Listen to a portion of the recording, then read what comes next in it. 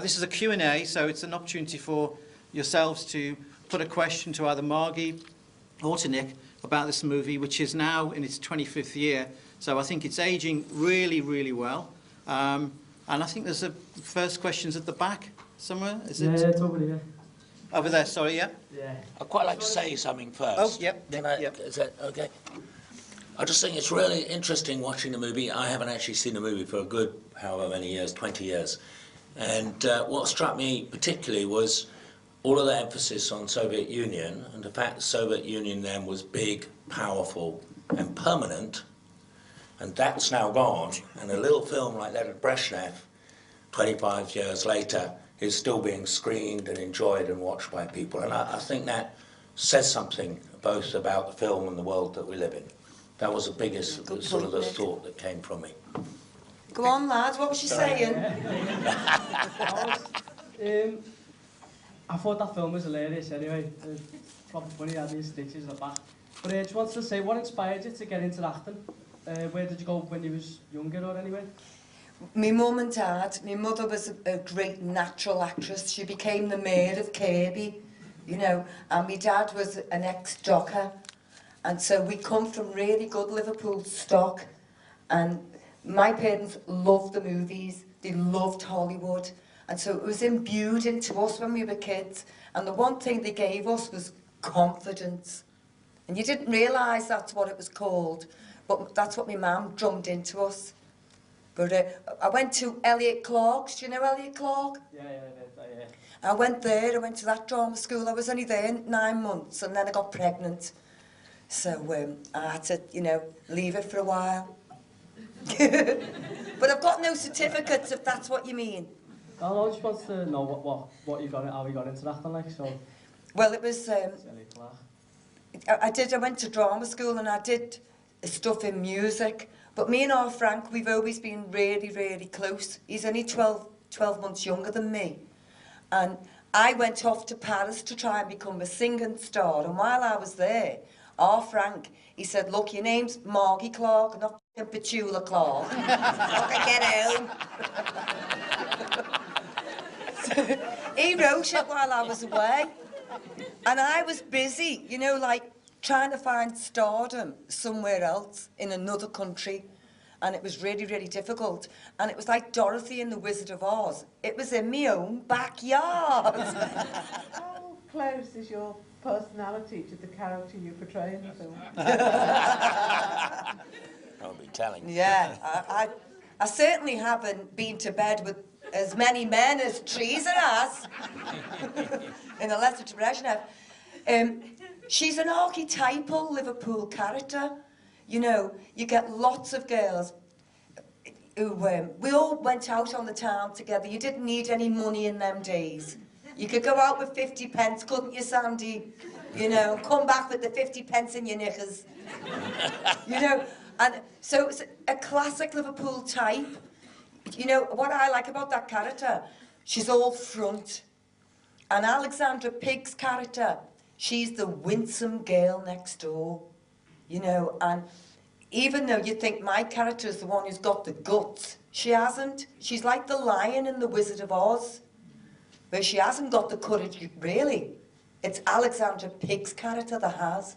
So I think that's interesting. But you'd always a little bit, you draw on some part of yourself, you know, to put into...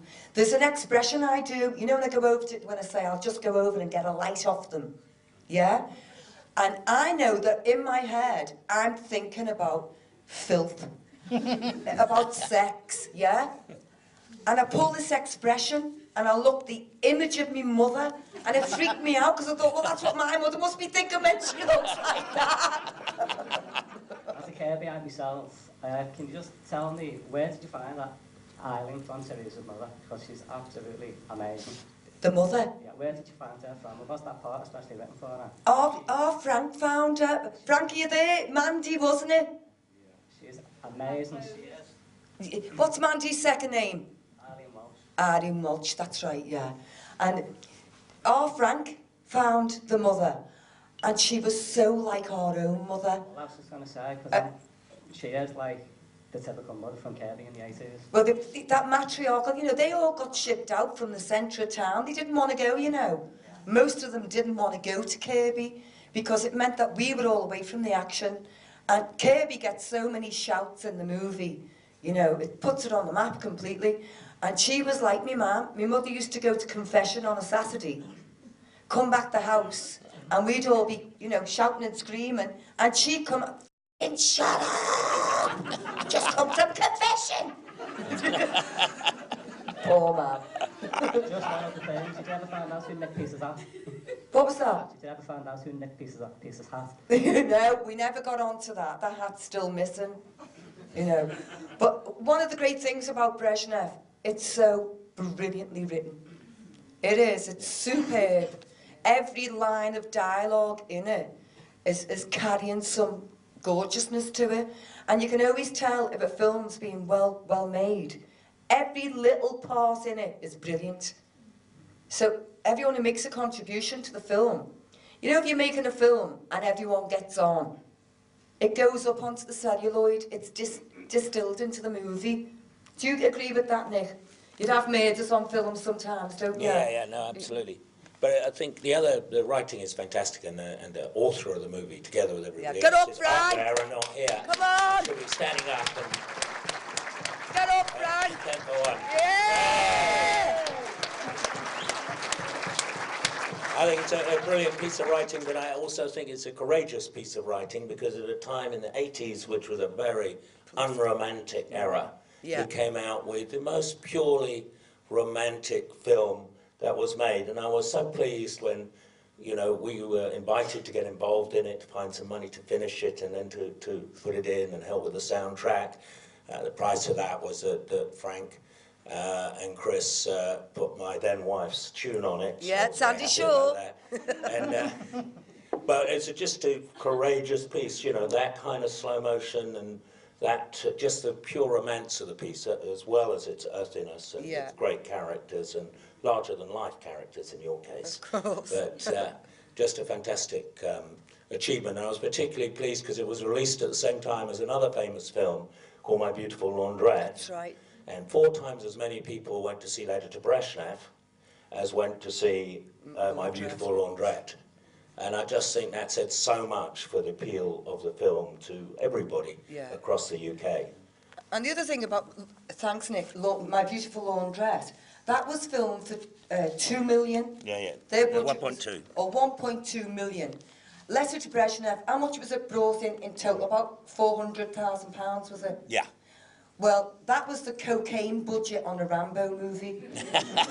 You know. And yeah, it was My Beautiful Laundrette that was cited as the small budget film. It wasn't. Brezhnev was much cheaper. And the thing as well to remember about that film, Russia then was considered to be like Iran is today. They were the evil empire. They didn't have, you know, they weren't human beings like you and me. They were 8-headed monsters.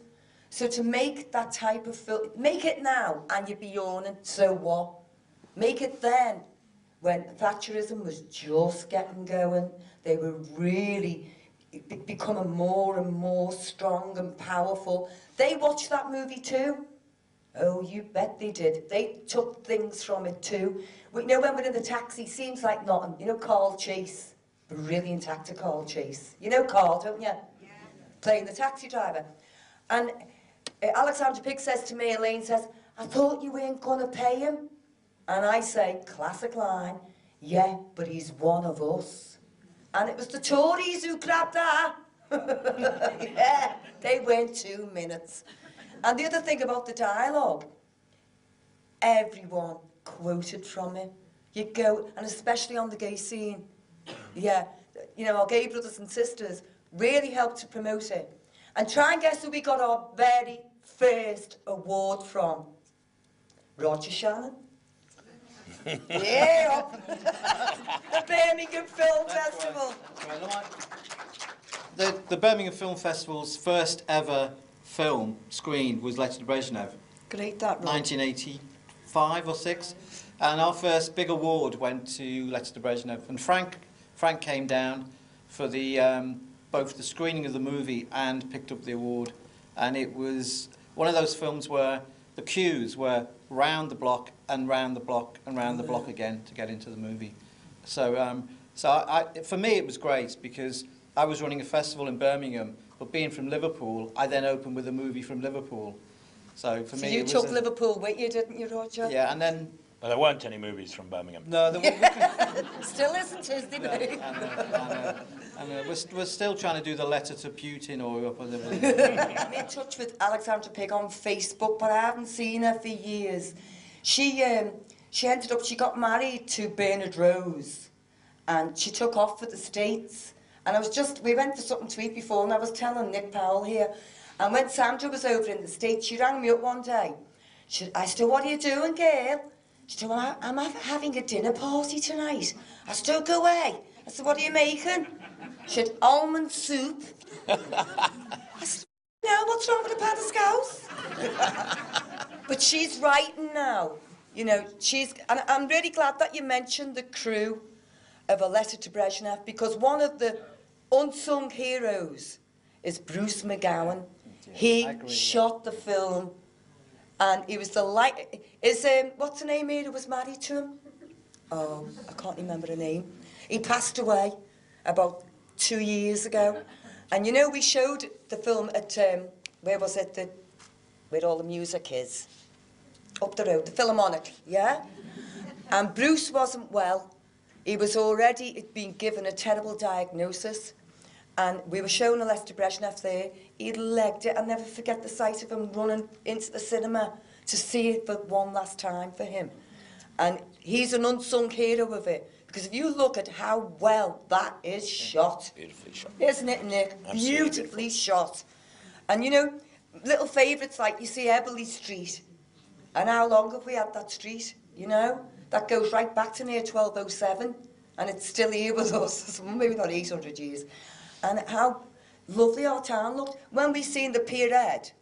Now, this Liverpool, when we made Brezhnev, it didn't have a tourist board, never mind a film office, yeah? There's nothing, absolutely nothing. We never seen